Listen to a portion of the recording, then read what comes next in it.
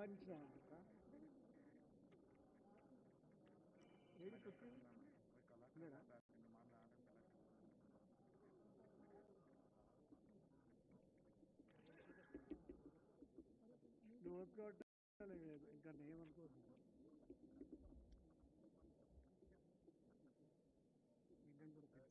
నమస్కారం అండి. వేదిక మీద ఉన్న పెద్దలందరికీ నమస్కారం, ఆహుతులందరికీ నమస్కారం. నాకంటే చిన్నవాడు గద్దర, కానీ నన్ను అన్నా అని ఆయన పిలిస్తే నేను గద్దరన్నా అని అన్నానే పిలిచేవాడిని. నువ్వు వయసులో చిన్నవాడివి, నీ గాత్రంతో ప్రపంచంలో మా అందరికంటే పెద్దవాడివి నువ్వు అని చెప్పానంట.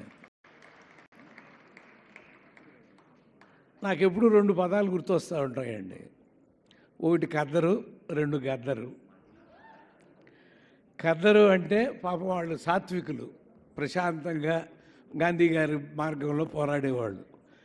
గద్దర్ అంటే పిడికిలి బిగించి కన్నెర్ర చేసి విప్లవాన్ని ఉరుకులు పరిగెత్తించగలిగినటువంటి మహానుభావులు.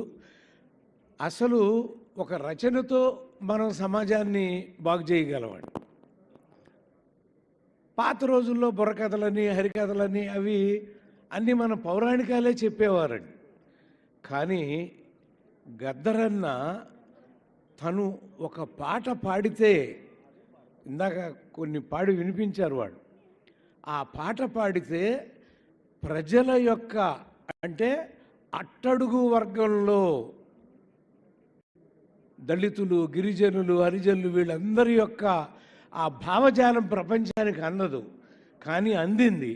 ఎలా అందిందంటే కేవలం గద్దరు గళంతో అందిందండి. గద్దర్ గారే అందించాడు అందరికీ. ఒకసారి నేను మా చిత్రపురి కాలనీ అని సినిమా వాళ్ళందరికీ అక్కడ విజయభాస్కర్ రెడ్డి గారి రోజుల్లో ప్రభాకర్ రెడ్డి గారు వీళ్ళందరూ చేసి అక్కడ పెట్టారండి. మా రచయితల సంఘంలో ఆయన సభ్యుడు.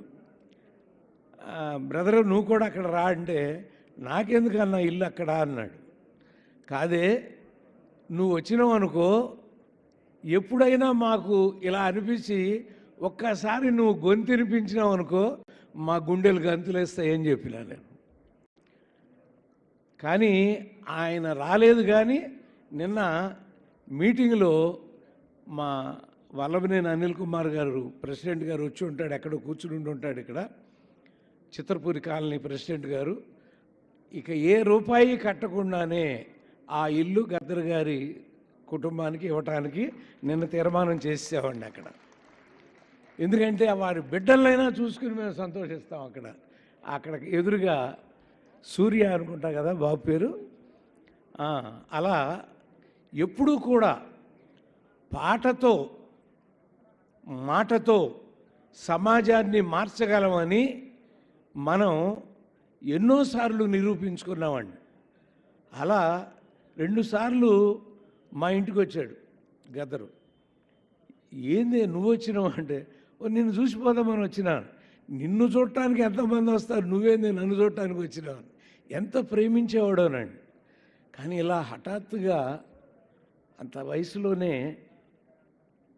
హృద్రోగం, ఆయనకి గుండె రావటం ఏంటండి. ఆయన్ని చూస్తే గుండెలు బెదిరి పారిపోవాలి జనం, కానీ ఆయనకి గుండెపోటు రావటం అనేది ఇప్పుడు మాట్లాడుతూ అంటేనే నా కంఠం బొంగురిపోతుంది, మీకు వినపడుతూ ఉంటుంది. అంత అనుబంధం అండి గద్దర్ గారికి నాకు. సో సోదరా, ఇప్పుడు రేవంత్ రెడ్డి గారు మొన్న చెప్పారు గద్దర్ అవార్డు అని చెప్పి, సినిమా వాడు ప్రతివాడు గుర్తుంచుకుంటాడు ఆ పేరుతో. రేవంత్ రెడ్డి గారికి నమస్కారం అండి. అట్లా అలాగే ప్రతి వాళ్ళు కూడా గద్దరు బండెనక బండి గట్టి 16 బండ్లు గట్టి ఏ బండ్లో పోతావు కొడకో అని పాడతాడు. డబ్బు కొట్టేస్తున్నాడు వాళ్ళు మొదలెట్టేసాడు నన్ను. అలా ఆ గొంతుని ఎన్ని వేల సార్లు వింటే మనకు తృప్తి తీరుతుందండి. వింటానే ఉంటాం ఆయన పాడతా అంటే.